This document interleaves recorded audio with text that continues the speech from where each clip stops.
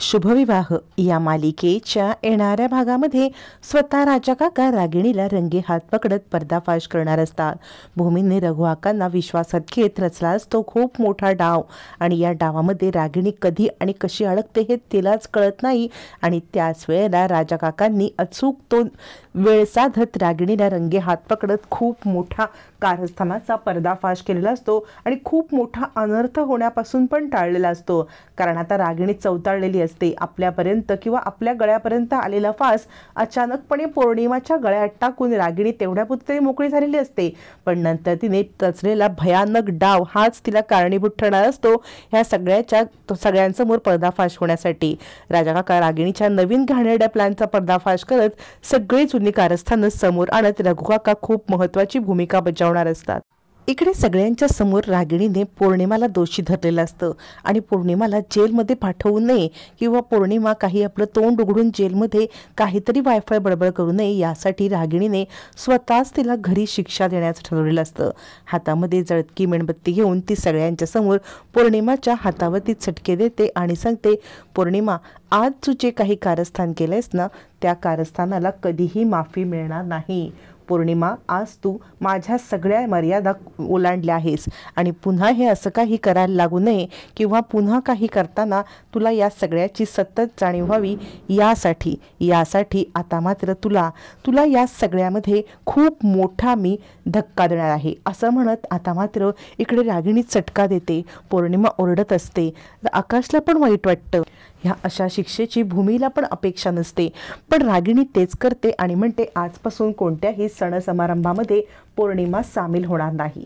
हे सगळं रागिणीने केलं असलं तरी सुद्धा भूमी विचार करते की रघुकाकांकडे हे व्हील जवळजवळ 7 ते 8 वर्ष आहे.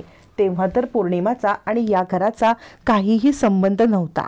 काहीतरी चुकतंय आणि भूमीला संशय येत असतो की काहीतरी चुकतंय, आपण कुठेतरी चूक करतोय.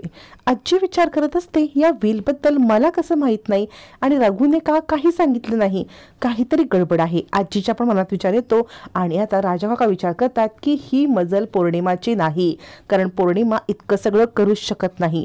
एकटी रागिणी सगळ्यांना पटवण्याचा प्रयत्न करत असते की पौर्णिमानेच हे सगळं केलंय आणि पौर्णिमाच या सगळ्याला कारणीभूत आहे. पण रागिणीच्या या नाटकावरती तिघांचाही विश्वास बसत नसतो. इकडे पौर्णिमाची अवस्था खूप भयानक असते. पौर्णिमा विचार करते, आत्ता यांनी मला फक्त चटका दिला, यापुढे मला जीवे मारायला पण या कमी करणार नाहीत. मग मात्र भूमीला पण संशय येतो. तडक रघुआकांना भेटायला निघते. इकडे आता पौर्णिमा रागिणीला जाब विचारायला येते. रूममध्ये रागिणी असताना पौर्णिमा येते आणि म्हणते, आई, तुम्ही का वागलात माझ्यासोबत असं? मला चटका देण्यापर्यंत तुमची मजल गेली. रागिणी म्हणते, मी तुला सांगितलंय ना, जर का राजावरतीच काही संकट आलं तर प्यादांचा उपयोग काय? म्हणून प्यादांना शहीद जावं लागतं. तुला जेलमध्ये पाठवलं नाही, तुला जिवंत इथे ठेवले, हे पुरेसं नाही आहे का? जर खबरदार तू माझं नाव घेतलंस तर. आणि या दोघींचं हे बोलणं चालू असताना डॅशिंग राजा काकांची एंट्री होते. राजा काका रागिणीचं सगळं कारस्थान ऐकतात. आता मात्र रागिणीची तत्पप होते. राजा काका म्हणतात, रागिणी, म्हणजे तू पौर्णिमाचा बळी दिलास तर? पौर्णिमा रडायला लागते. यावरती रागिणी म्हणते, काय बोलताय तुम्ही? या निर्लज्ज पौर्णिमाची तुम्ही बाजू घेताय. राजा काका म्हणतात, खबरदार रागिणी, मी सगळं ऐकलंय. इकडचं बोलणं तिकडे करू नकोस. आत्ताच्या आत्ता तुझे बोललीस ते फिरू नकोस. मी सगळं ऐकलंय. पौर्णिमाने तुझा आरोप स्वतःवरती घेतलाय. तिला जीवे मारण्याची धमकी दिलीस. आणि रागिणी, पौर्णिमाला काय गरज आहे ग तुझ्या नावावरती मृत्यूपत्र करायची? मला तेव्हाच संशय आला होता. पौर्णिमा हे करणं शक्यच नाहीये, कारण पौर्णिमाची इतकी मजलच नाहीये. रागिणी, तू काहीतरी कारस्थान केलंयस. रागिणी म्हणते, अहो नाही हो, खरंच मी काही नाही केलं. राजा काका म्हणतात, शांत बस. कारण ना हे मृत्यूपत्राचं सगळं पौर्णिमाला समजणं फार कठीण आहे आणि ज्या अर्थी जनार्दन मामांनी हे जे केलेलं आहे ना मृत्यूपत्र, हे 7 वर्षापूर्वी, म्हणजे नक्कीच काहीतरी घोळा आहे पौर्णिमाचा याच्याशी. काडी मात्र संबंध नाही. रागिणी, तू या सगळ्याला कारणीभूत आहेस आणि आता सगळ्यांना मी सत्य सांगणार आहे. रागिणी सांगते, अहो ऐका ना, मी काय सांगते ऐका. राजा काका म्हणतात, नाही, मी तुझं बोलणं स्पष्टपणे ऐकलेलं आहे.